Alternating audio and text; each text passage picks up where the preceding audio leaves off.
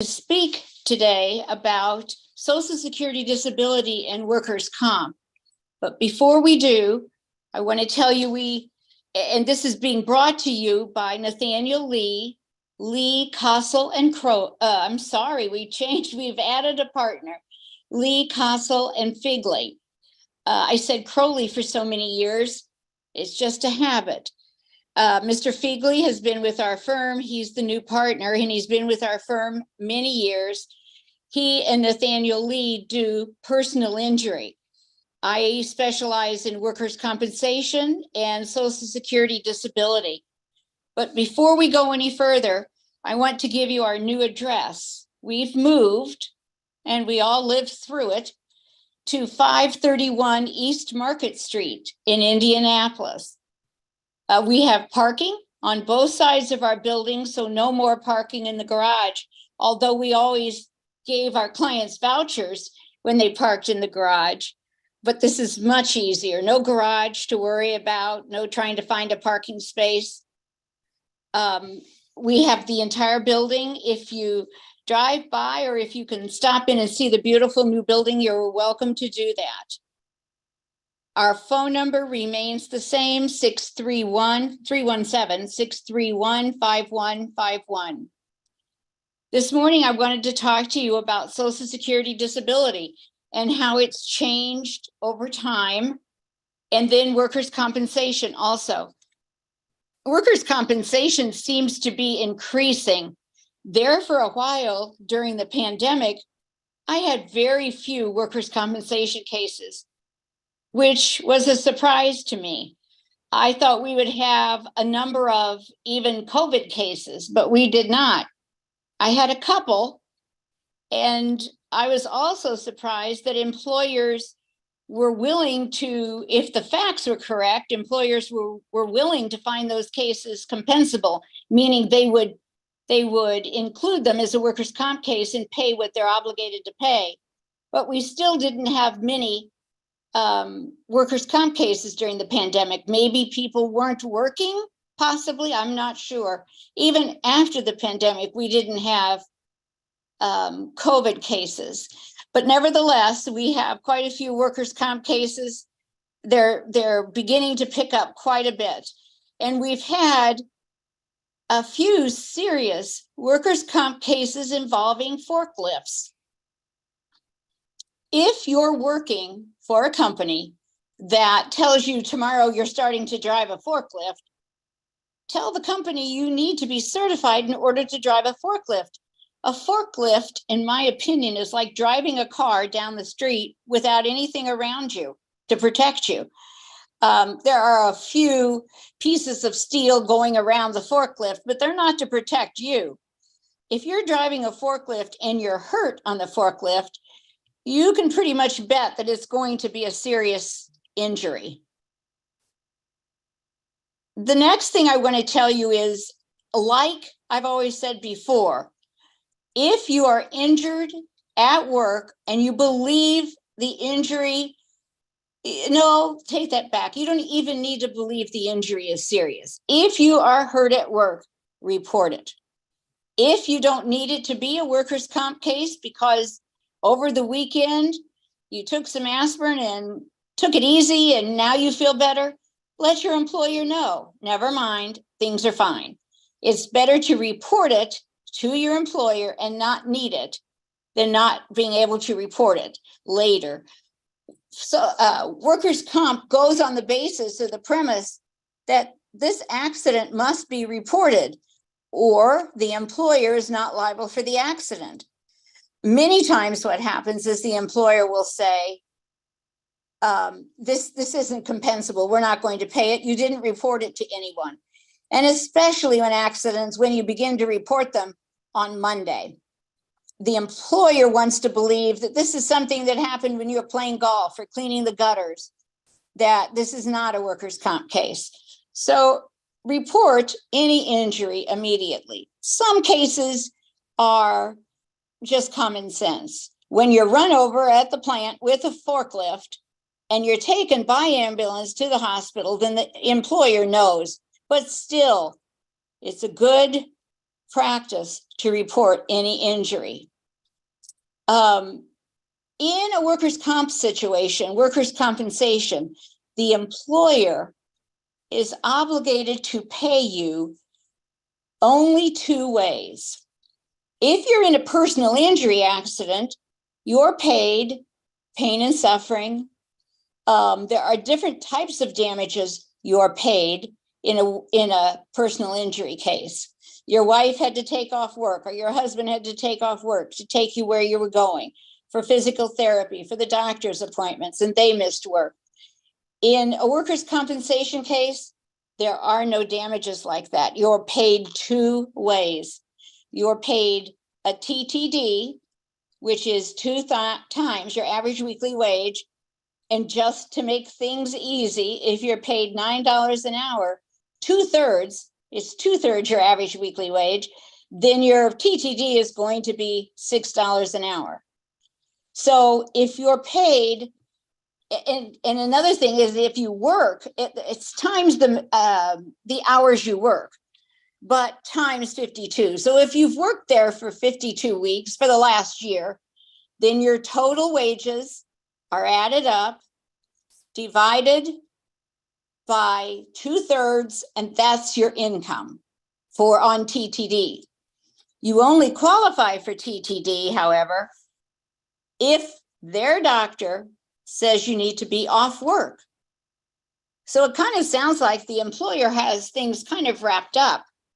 When you are injured, you must go to the doctor that the employer provides. If you ask for treatment, some employers have said, well, just go ahead and go on to your doctor, which means if they say that and your doctor sends you to another doctor, a specialist, that's fine. They've given you the okay to go on to your doctor. Typically, that doesn't happen. The employer does not want the employee to choose the doctor. And you can think of many reasons that's the case. But after you've reported it, after you've been to the doctor, if there's a specialist that's required, again, the employer has the right to choose the specialist. Again, if they don't, if they say you go ahead and go, then let your doctor, your primary care, choose the specialist. Again, that doesn't happen a lot. And that's the TTD portion, because some doctors will say, well, you've got a serious injury. I'm going to let you return to work, but not at your job, at a job with different restrictions. So you're on the line and you're making $22 an hour. Now they're going to send you, your employer, if they have it to send you to, a different job, not making half that much. There are ways to recoup that money. And that's only for the time period that their doctor has said that you need those restrictions. That's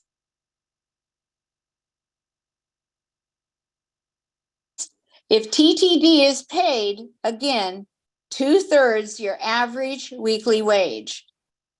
And it's to start on the 7th day. And that 7th day is picked up after the 21st day. It's a lot to keep up with. And I tell my clients, keep a notebook for yourself, and keep a notebook, just one notebook, but keep it for me also. In a number of workers' compensation cases, you're sent to different doctors.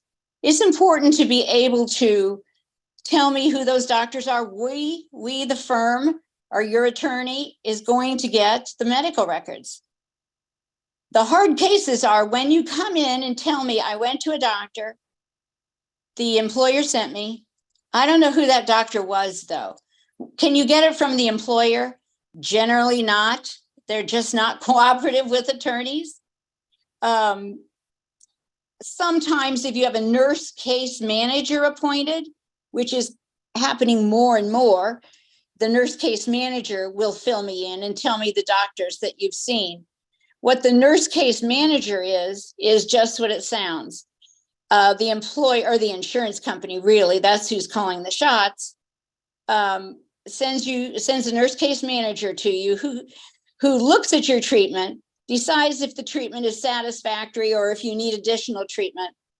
And the nurse case manager will talk to the attorneys, tell the attorneys what's happened, who you've seen. That's the easiest way for me to get medical records, is by knowing the doctors. If you have that notebook, though, you write it down. You write down the date that you saw Dr. Jones, and we're good. We can get those records pretty quickly. The other way you're paid in a workers' compensation case is a PPI, permanent partial impairment.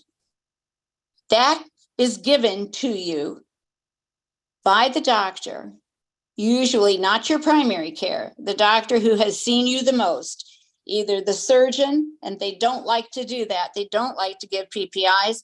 And I understand it. Surgeons became doctors to help people, but they need to realize that giving a PPI is also helping the person who's been off work, who hasn't been paid except possibly 2/3 of their income. And they need this PPI to make them whole from the injury.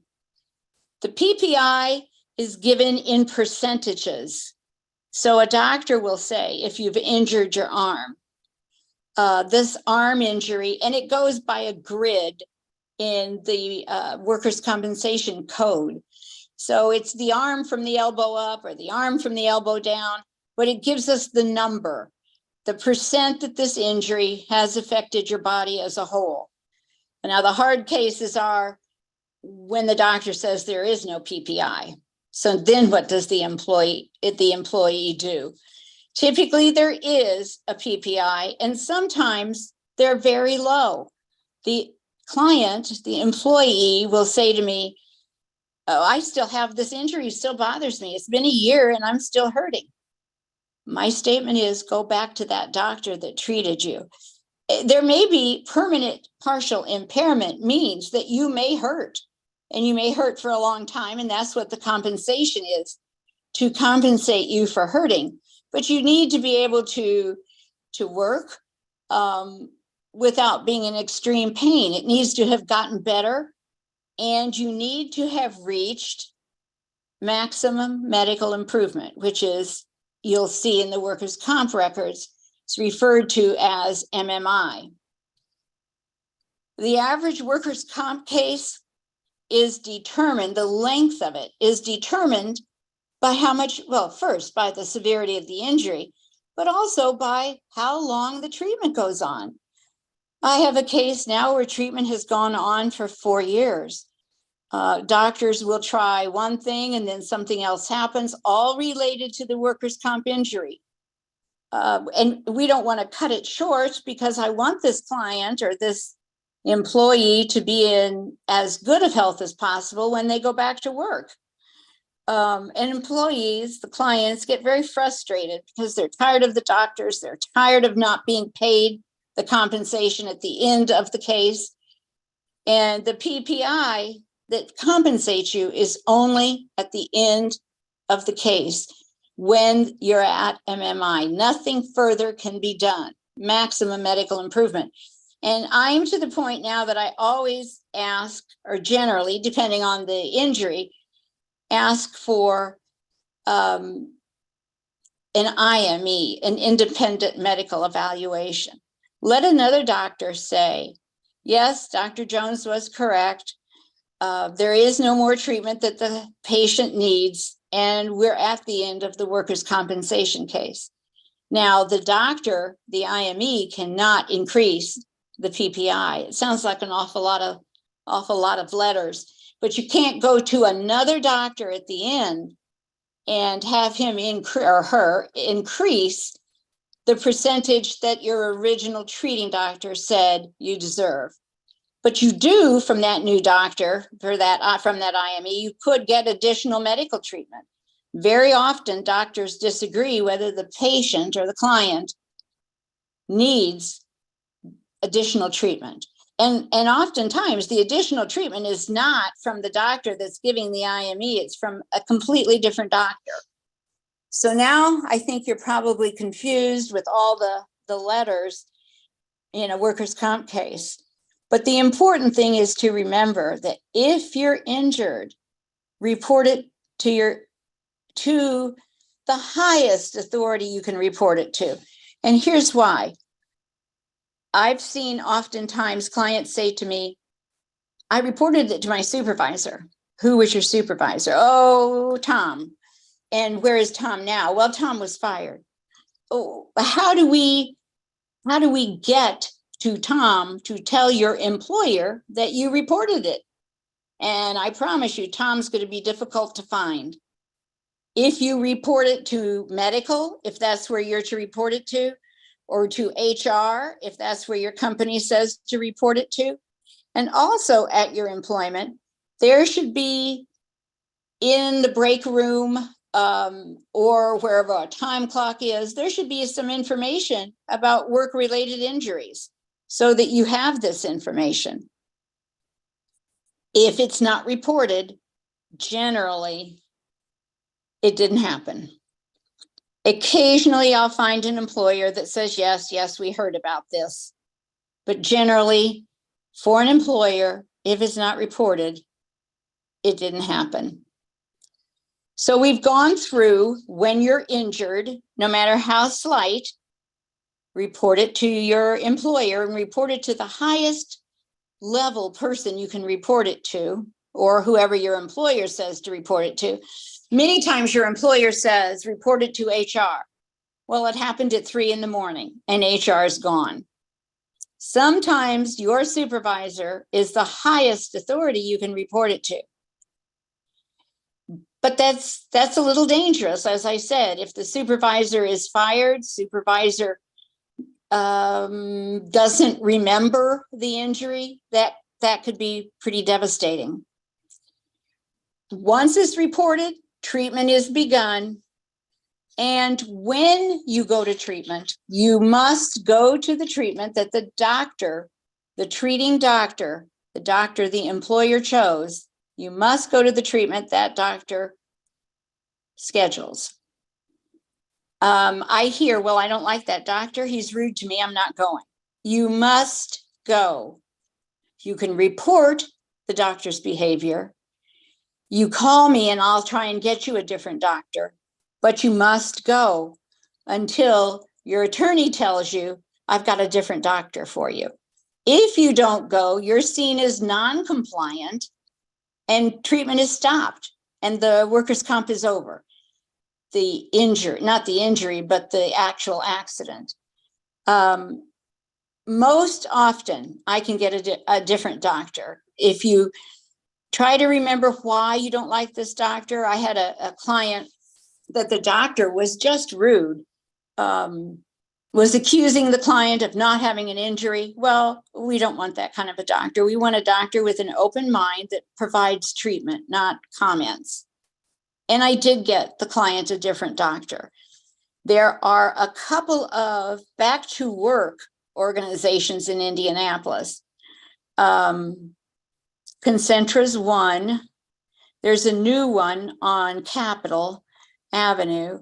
And those are places where you go for minimal treatment.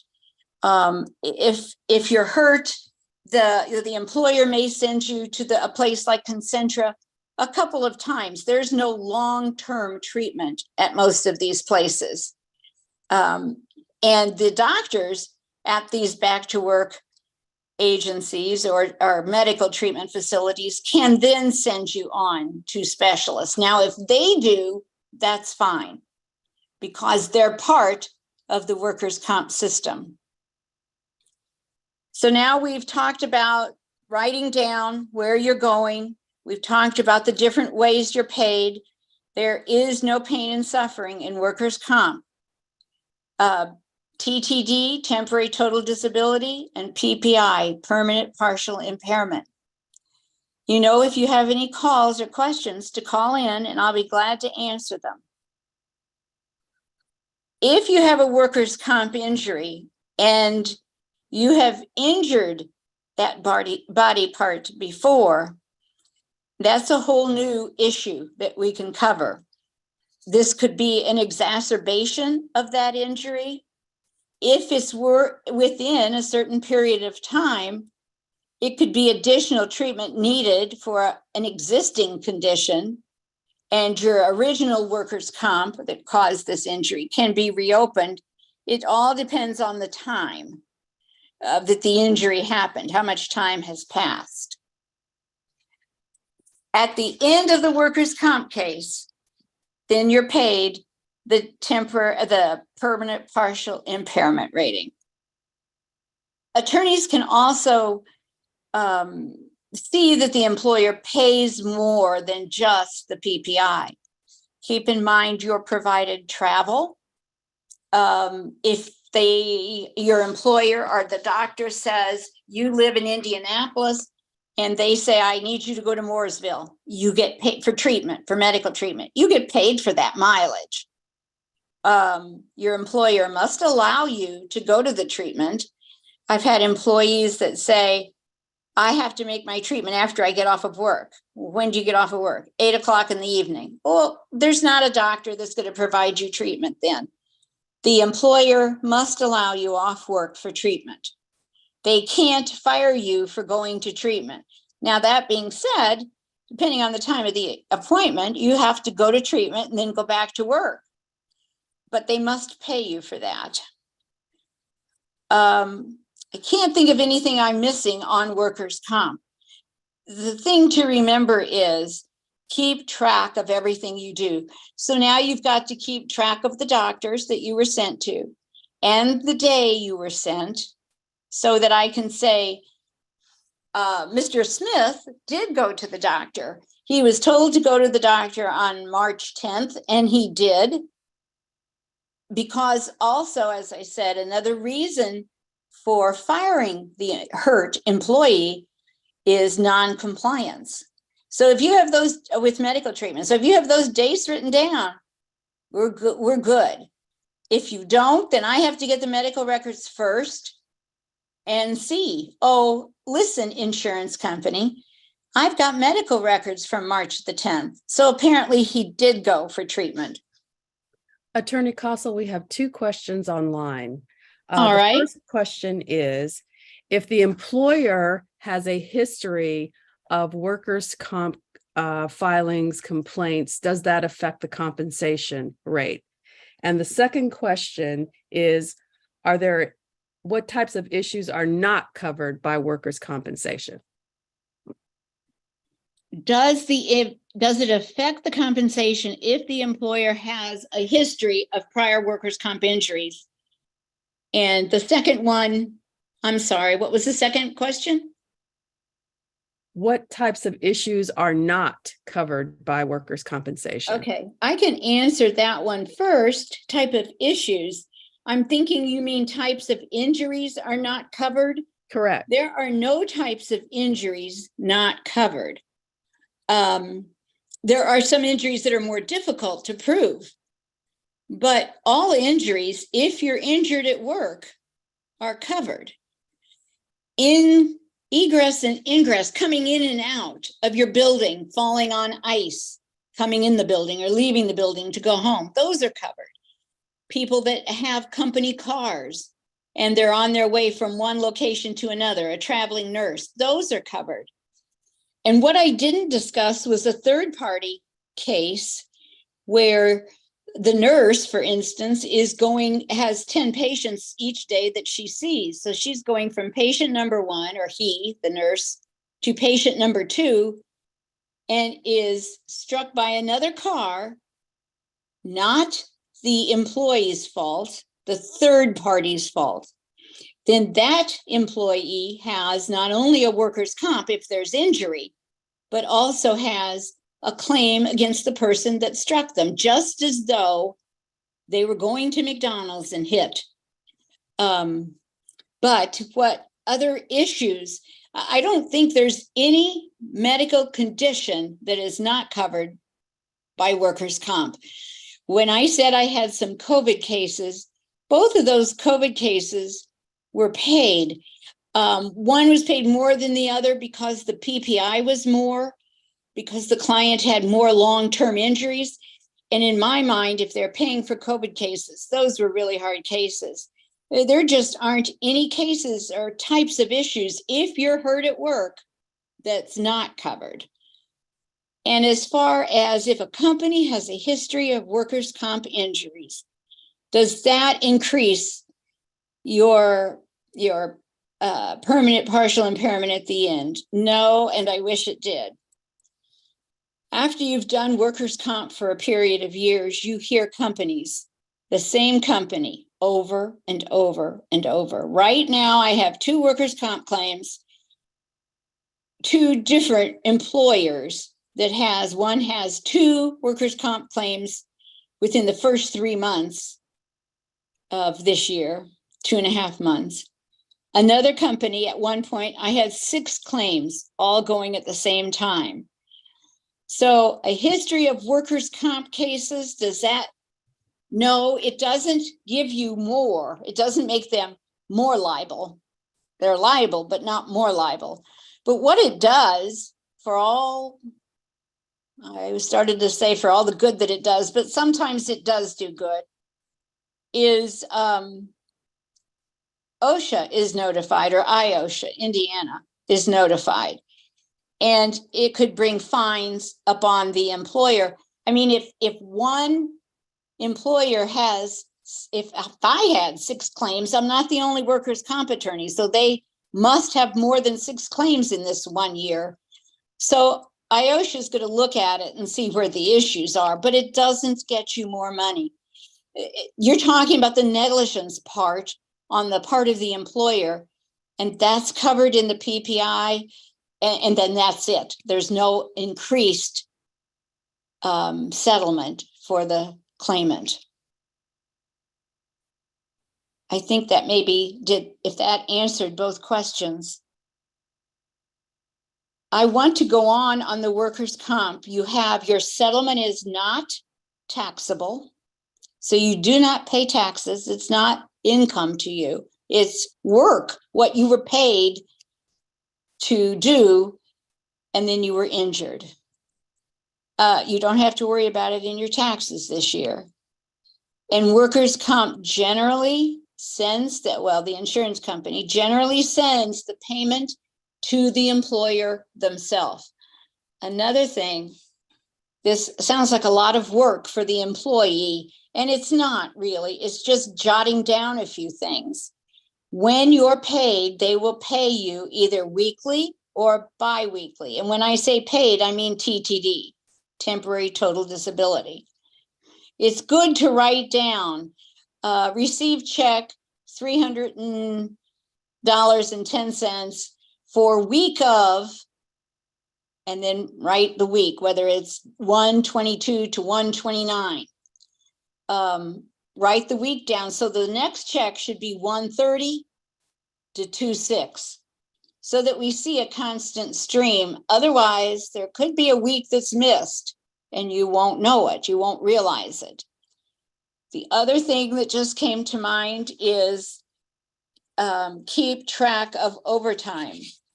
If you generally worked overtime, and generally could mean once a month overtime, it doesn't have to be constant overtime, then they have to pay you for that too. A lot of employers forget to include, not a lot, but some, the overtime. So the overtime calculates into income. And what I do is I get a printout from the employer of the earnings for that particular client so that I can calculate in overtime. If you Attorney have Kossel? questions regarding that, Attorney I'd be Kossel, glad we to have answer more questions. If not, I'm going to go on to Social Security disability. Attorney Kossel, we have a caller on the line, Pierre. Okay, Producer, how can I help you? Producer, can you put Pierre through, please? Oh, good morning. Can you hear me? Yes, we can hear you barely. Can you increase your volume a little? Right. Are you there? Oh,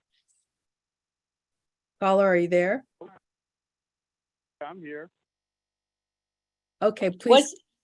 What's the question? Hello? Can you hear me? Hello? I'm here. Okay, what's the question? Here's the question. I know a lot of jobs, okay? They won't file a claim or anything like that. I got to thinking about it. What how does how does the employer Are treat they, that? let me just ask you, are they afraid of losing their job?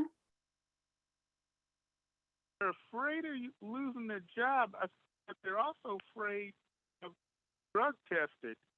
Like, if you're a casual smoker, whatever, or marijuana or whatever, how does that affect? Well, Like I got. so if the employer does a blood test and you test positive for marijuana, does that keep you from getting TTD? Is that what you're asking me? Yeah, or any type of aid, whatever treatment.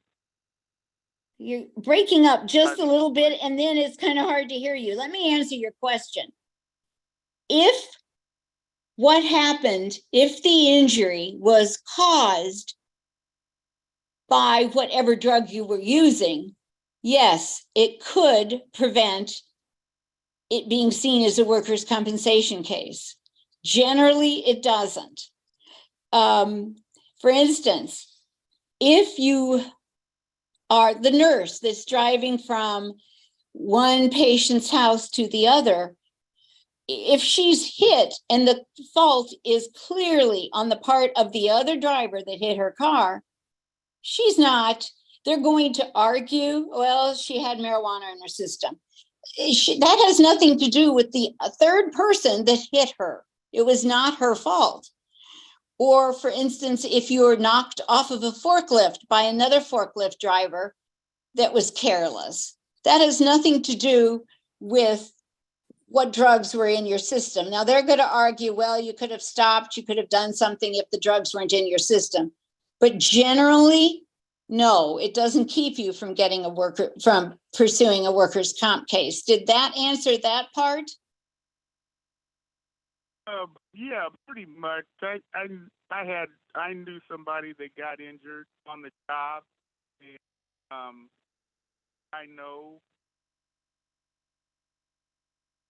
Okay. Did they get paid? I don't even think they filed a claim. Oh, well, the other thing is being concerned about being fired when you file a claim. Employers have gotten, pardon me? Have marijuana in your system. Okay, but I think I answered that marijuana question, didn't I? Well, I think so.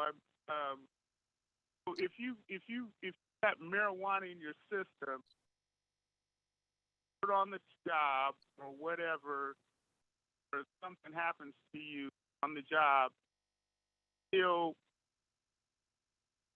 report it. Some people think they're going to be blood tested and terminated if they have the marijuana in their system. Oh, I see what you're saying. You're not even asking about whether the claim will be accepted. You're asking whether that would cause them to be terminated? Well, yeah, they probably could, but well, it could. It could. I'm sure the employer has regulations that state you can't be using drugs while you're at work. But that's a different subject. I mean, whether it's wrongful termination or not. What the employer cannot do is they cannot say to you, you had a workers' comp injury, and because you're injured in a workers' comp injury, we're firing you. They can't do that. There was a case called Frampton that the employer actually did that. We don't have workers' comp injuries in this plant, and you caused one to happen, and therefore you're fired. Employers can't do that anymore. But I tell you what they can do, because they get smart in 2 seconds. They can say to you, well, you had some late days where you reported to work late, and then you had some time you took off over the time that you had left. So we see those as a no-show, and now you're fired because of those. That can be handled also. I mean, there's a certain period of time. They can't go back all these years and say in 2019. So those issues can be taken care of, as can the drug issues, assuming that there's no cause in the workers' comp injury from the drugs. Did that answer your questions? Yeah, kind of. I was just wondering if you had it in your system and you say, I hurt my back at work. Had it in your system. Boy, sir, I'm only hearing about every other word. I'm sorry. Maybe if you call back in again. It's a bad connection. I just want to know if you had it in your system. You hurt your Sir, back, I can't hear you. your employer, Every other word or so. Could you call back? They drug test you. You had marijuana in your system. They're not going to pay you, or you do that. I think the question is, if you're injured and you also have drugs in your system and they test you, can they use that as a reason not to pay your workers' comp? Well, I thought I just covered that. It depends on the type of injury. If you're driving the forklift and you have marijuana or any type of drug in your system and you're being careless and reckless on the forklift and you run into the wall and you're injured, yes, they can use that. There are a lot of arguments that the attorney can use to keep them from using that argument. But that's a difficult case if the drugs are causing you to be careless and injure yourself. If you're injured by someone else and have the drugs in your system and the injury wasn't your fault at all, they can't use it against you. They can, but we have ways to take care of that.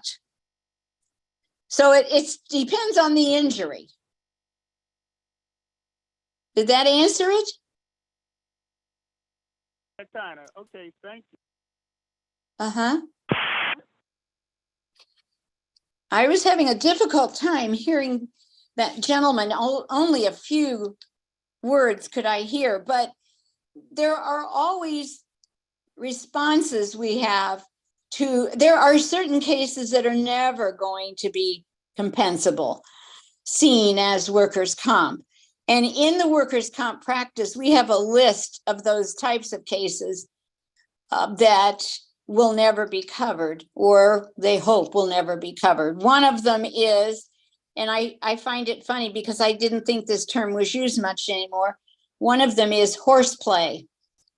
And if you're at work and you're just being silly, this particular case was a case that the employer had a pool party. And it was a party to make employees closer and get to know each other. Well, the employees were chasing one another around the cement on the pool. One fell in, hit their head, and had significant injuries.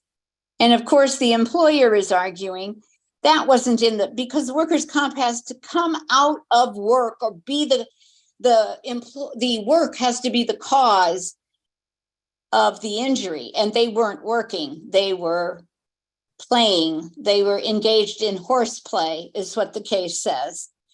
And therefore, they tried to say that it wasn't a workers' comp. And of course, the response is, look at the environment, look what you're trying to do. You're trying to cement relationships. And it did get covered as a compensable claim. Other claims that aren't compensable, there aren't too many that aren't compensable. And if you are injured, you call us, we'll let you know. I think I've only had maybe 2 in 30 years that aren't compensable, don't have the right to be seen as a workers' comp case. A lot of times workers' comp will say, oh, that was a pre-existing condition. And possibly it was, but the employee was working, going about their normal life, going to the grocery, doing what they need to do, and nothing was bothering them, even though it was a pre-existing condition. Now the employee is having surgery. So there's always a response to, this is not a workers' comp case. This is not compensable. I want to move on for just a little bit to Social Security disability. There are two types, excuse me, of Social Security disability. There is SSI, which is an entitlement form of Social Security disability. You haven't worked within the last little more than 5 years. It goes by quarters. So you haven't worked, and therefore you receive SSI, Supplemental Security Income. And now SSI is up a little bit over $800. I want to say $841. When I started, it was like $400. It was very, very low. Of course, things were lower also. Cost of living was less. But that's SSI. The other type is SSDI, Social Security Disability Income. SSDI is for the employee that has the right number, is still employed, or has the right number of quarters when they're injured. And that typically that's more than the $840 a month. I've seen people get as much as $2,500 a month, sometimes more than that, depending on their wage earnings. And that is a percent of your income that you've accumulated. So if you've worked and achieved what Social Security calls, more letters now, SGI, substantial gainful employment, substantial gainful income, then you qualify for SSDI. And with SSDI comes Medicare.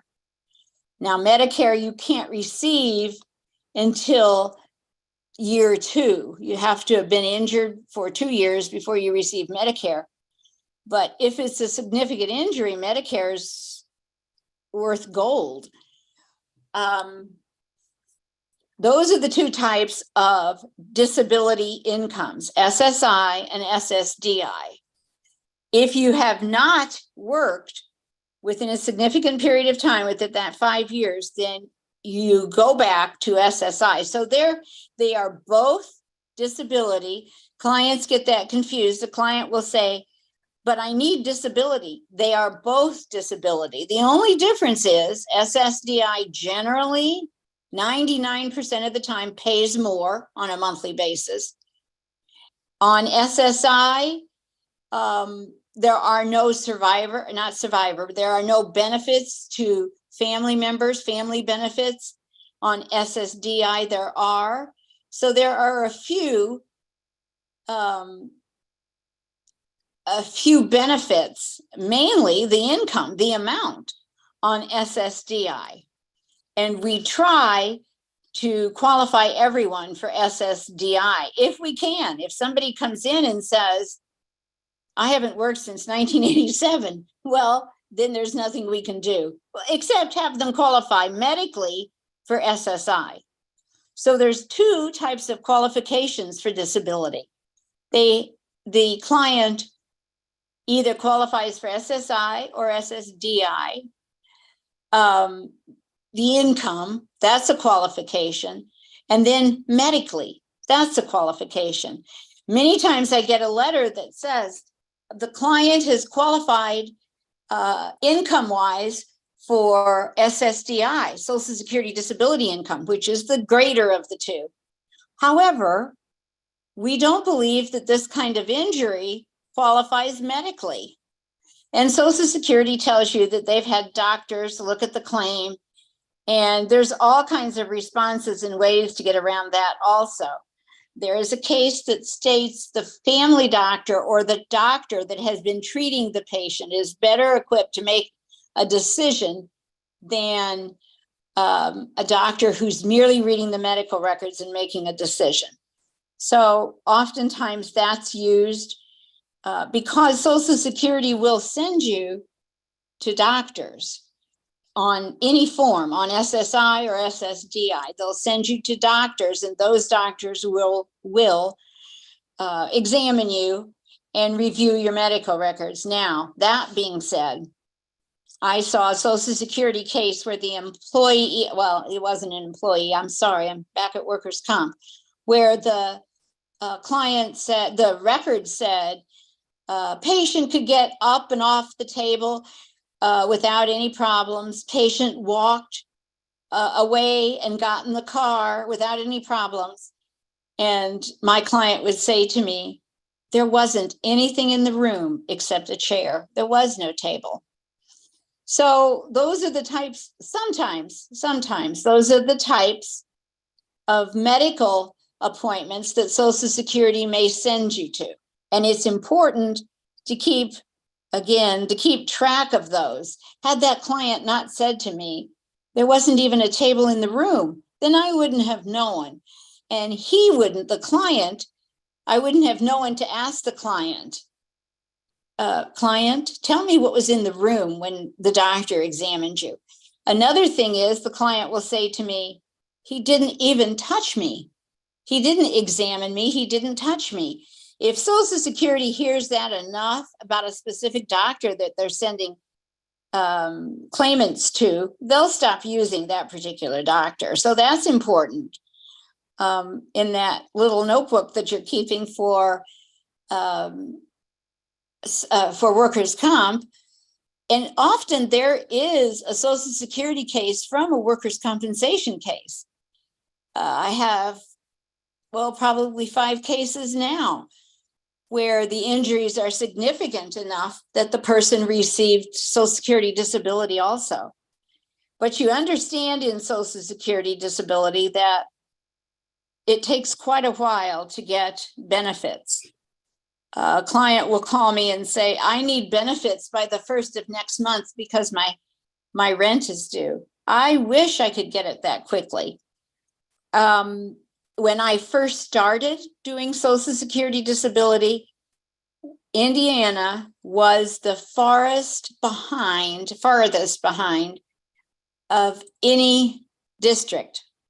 And Indianapolis was the farthest behind in any district in Indiana. So we got the blue ribbon, if that's a reason to have a blue ribbon. Attorney Kossel? It was taking 3 years for benefits to be granted. Attorney Kossel? Yes. In the last 5 minutes that we have left, would you take this one question from online about Social Security benefits for adult dependent children? Yes. Apparently there was a family who believed they had benefits, Social Security benefits for their adult child, but when the child went to Social Security to inquire about them, they were denied. Do you have any insight on that? And then closing comments. Yes, I do have insight on that. When a child, typically, if you're getting benefits for a child that is now an adult, you were getting benefits for that child when they were younger. Typically, at the age of majority, when a child becomes an adult, those benefits terminate because the rules are different under childhood benefits. And that's a good point. There are children's benefits. I mean, don't forget that Social Security will cover children as well as adults. And there are guidelines for a child's disability that just don't even apply to an adult's disability. Sometimes they do. Sometimes the conditions are similar. But then the child, going back to an adult child, if the child had never received benefits, say, for instance, it's an adult child and they're injured in a car accident, but the injury was after they became an adult, but now you're the guardian, that pretty much is the same as any adult with as far as the requirements. If this is a child who, for instance, had an injury from birth, a congenital injury, then you need to reapply for Social Security disability. The back payments should go back to when the last payment was received. So that period of time should be covered. So if benefits stopped when the disabled child was 18, and you apply at 19 and you receive benefits, it's granted, then you would have, excuse me, you would have back benefits to cover that child. And as far, I think that may have answered that question. I think so. As far as closing, it's important that you, the patient, the client, take part in your case. We call all Social Security clients and workers' comp clients, or send letters regarding status. When you apply, I have to be as much in touch with your case as you do. Sometimes Social Security will send a letter to the client. Even though I'm the attorney, they have all my forms showing I'm representing you. They'll send the letter to the client and not me. So I have no idea what's transpired. The client must call me. They must keep me posted. And we will too. We will call the client. We'll let the client know what we've received. And there are many times that we have to, excuse me, we have to talk to the client and ask them if they believe that this is the case. The same with workers' comp. We'll check with the client regarding medical treatment. If I haven't heard from a client in a month, then we call, or we send, well, we prefer to send emails if we can. That's amazing, and people can respond immediately. So we're not calling and not getting a response. But it's important. Cases go much better if you're part of the case. Clients say to me, well, I hired you to take care of this, and I am, and I will. But I need you to participate, to let me know when you're going to the doctor, what the doctor said. I need the address of the doctor. If it's Dr. Jones, I need to know where he is and how to reach him and how to get the records and when you saw him. So you have to be an active participant in your case. I will do the paperwork. I will give the legal arguments. And there are legal arguments for just about all these issues we talked about this morning. But you have to be an active participant. If your phone is changed, tell me, call me, email me.